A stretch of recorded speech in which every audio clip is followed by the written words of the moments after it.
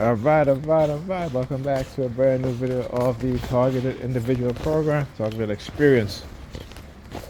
Let me tell you, and I was speaking to the bus driver, and I was talking about how when you listen to how a woman, particularly, the younger generation, and including women in their 40s and 50s, right, even all the way up to past 60, right, they all have the same mindset.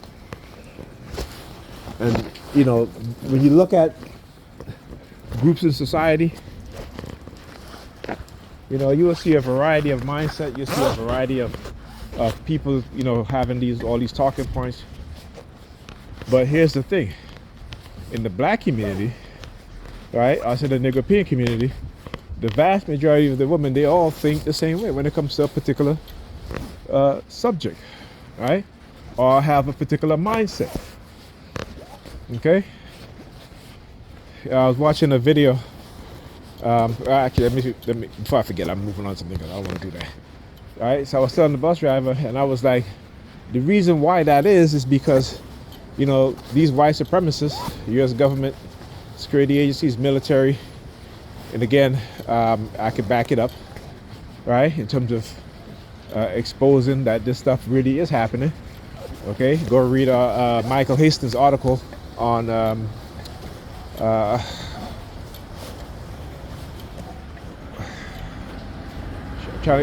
Rolling Stone magazine, right? Runaway General.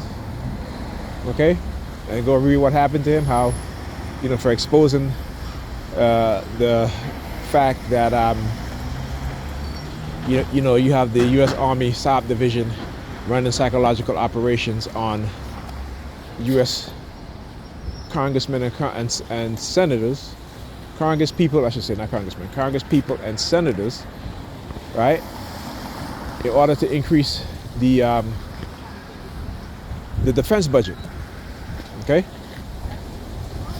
and the Army came out and said that, oh no, they don't do that or what have you. But again, like I said, the proof is in the pudding.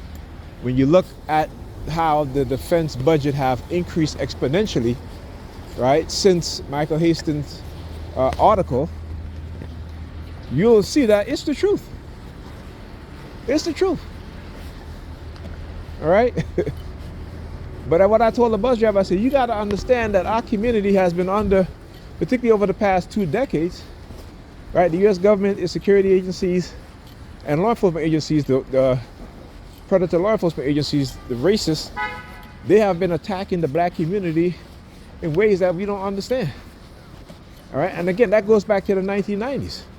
So I should say 3 decades. And I always bring up the example. And again, New York Predator Department have a long history of having secret police units.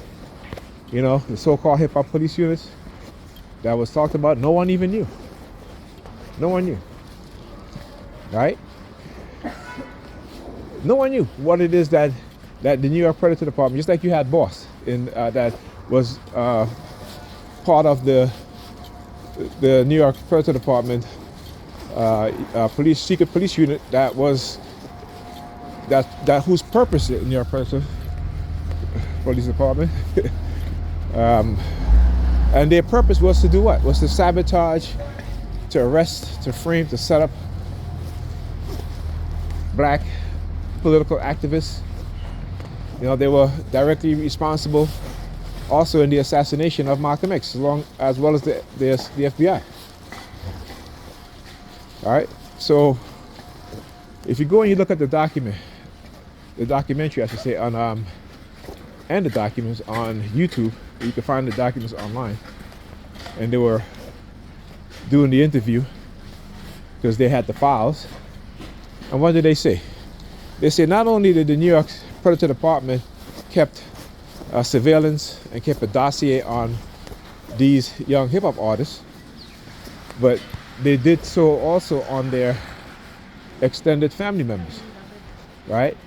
The first, second, third, fourth, fifth, all the way up to the sixth cousins. So why were they having a dossier file on all of their family members. Do you know how far-reaching that is? But yet, again, Nigerians want to think that, you know, the New York Police Department, even, it has a history of being one of the most racist the police department in the nation. Right? See, they liberals, racist liberals, want you to think that they're not racist, but they are the most conniving, the most racist of all, as Malcolm X says. They're the ones that will come and smile and shake your hands. Meanwhile, secretly they're engaging in all sorts of covert warfare and psychological manipulation.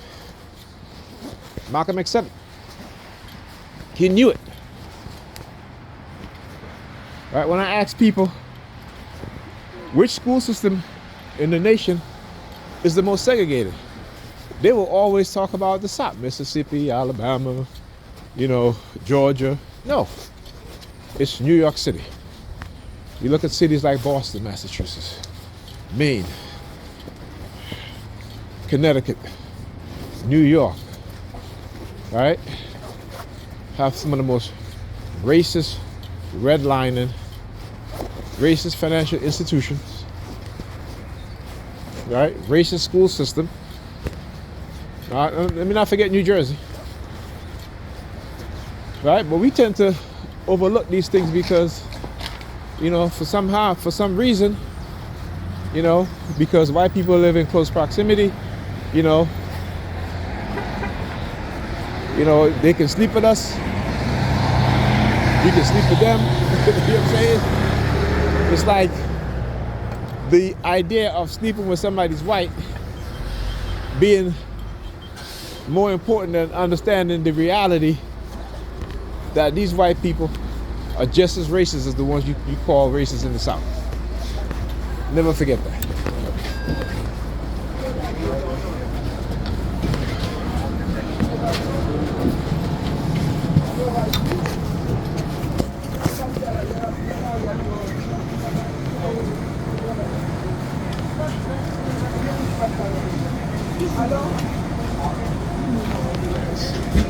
Oh, you have the transfer? See that? That? Oh, this? Oh, yeah, this is the select. Okay, all right. Oh, yeah.